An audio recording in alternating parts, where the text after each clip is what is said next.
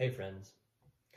So I've continued to read Suzuki's book, Shin'ichi Suzuki's book. It's called Nurtured by Love. He may have other books. This is the one book that I am familiar with, where he kind of outlines his teaching technique. And it's funny, again, I mean, we all know synchronicity is a thing, but reading about his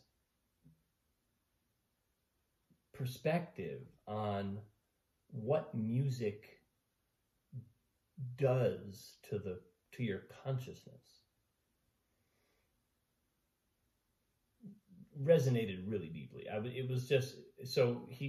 read a chapter today where he talked about his time in Berlin, and he lived in Berlin for about 8 years, studied the whole time with a highly, highly regarded violin performer. And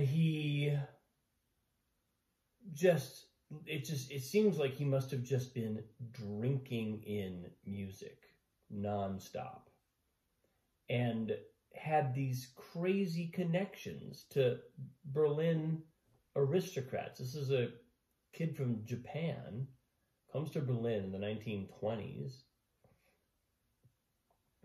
ends up one of the people who was sort of like taking care of him or overseeing his stay, because he didn't really speak German, was this guy, I forget his name, some Berlin aristocrat, I think, and the guy was going to leave town, and so he hooks him up with Albert Einstein. So now he's running around with Albert Einstein, and he talks about Einstein's violin playing and Einstein's incredible gift for music. And he talks about how Einstein attributed his insight, his capacity for intuition, to tap into cosmic truth, the cosmic radio station, and download the theories that he ultimately was, won prizes for. Einstein attributed that capacity to his musical training. And that's just one example of what Suzuki talks about in terms of his own perspective on what learning music and really deeply studying music. I mean, I think for him, we'd probably say not just music, but art, but music has a special place in that process because of the way your mind, I spoke about this several posts ago, how, energy comes in octaves. Well, octaves are something you can hear in music.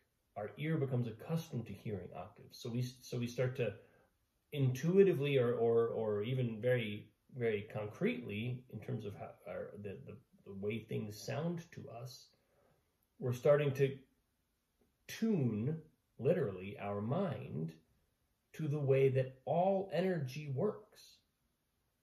Sound energy is just one form of energy. So the way it behaves has analogs throughout the entire energy spectrum. There's a great quote by Beethoven that a buddy of mine recently recounted to me about how, I don't remember the quote off the top of my head, but he basically talks about how music connects us to that organizing energy of the universe that we can never fully grasp, but that exhibits itself through manifestation, through the world of form. And music was, in Beethoven's estimation, was his way of communing with that. That's as close as he could get. That was his way of accessing and being in sort of absorbed continuous dialogue. So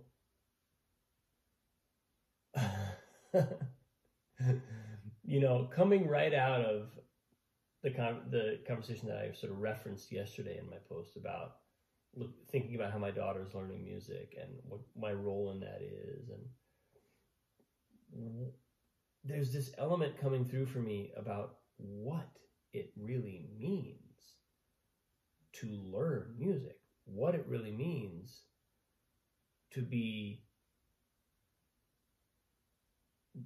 truly deeply engaging with that practice, that art form, that universe of structure, sound structure. Obviously, as a music theory aficionado, this is something that I can't help but be drawn to, right? There's something in the kind of, in the sound of it. The thing about music theory is it's neither philosophy nor mathematics. It's not something that happens in the abstract only, nor is it something that happens only in the concrete. It's both.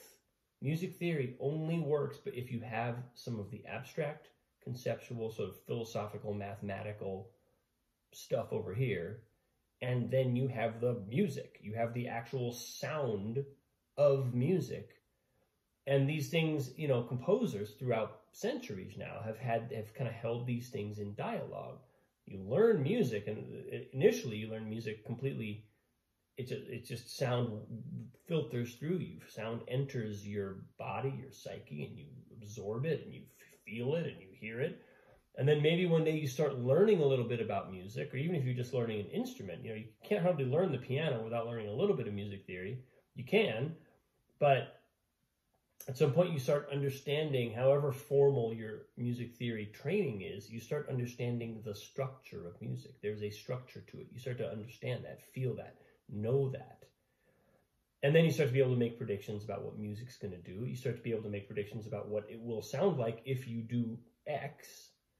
And now you're kind of in dialogue. Now there's this theoretical, intellectual element of ever deeper understanding of what's happening over here. But of course, at the same time, this is always moving and growing and undulating and never quite,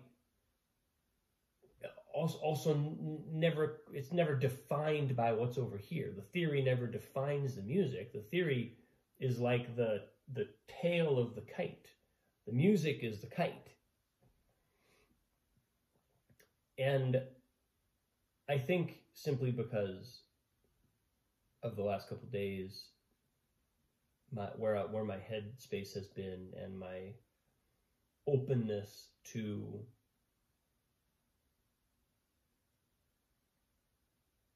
receiving some kind of powerful insights, and the openness to receiving feedback,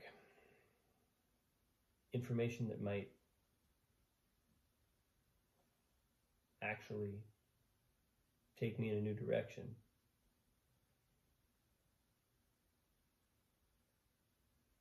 I think it's like I'm a moth to a flame with this kind of thinking around music, what it means, what it does to us, what the experience is like.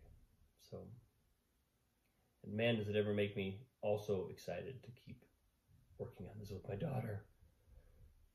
Watching a young mind have the initial sparks of, like we just did a puppet show and Annalise played the violin. Instead of doing the puppets, she wanted to be the soundtrack for the puppets. So she played violin while we enacted some of the stories that we've been using to help her animate her playing.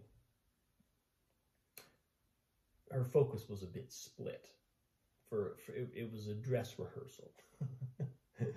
But it's so cool to see a kid starting to connect this world of sound and tonality and music and rhythm and pitch and emotion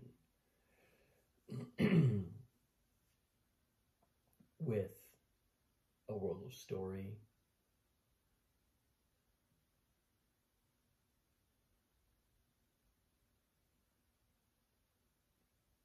and ultimately kind of unlocking that there's so much more meaning available. There's so much more meaning available in all of it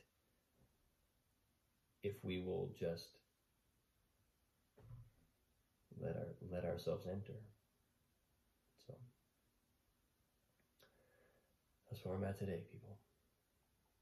Thanks for watching. Have a wonderful day. I appreciate you. I'll see you soon.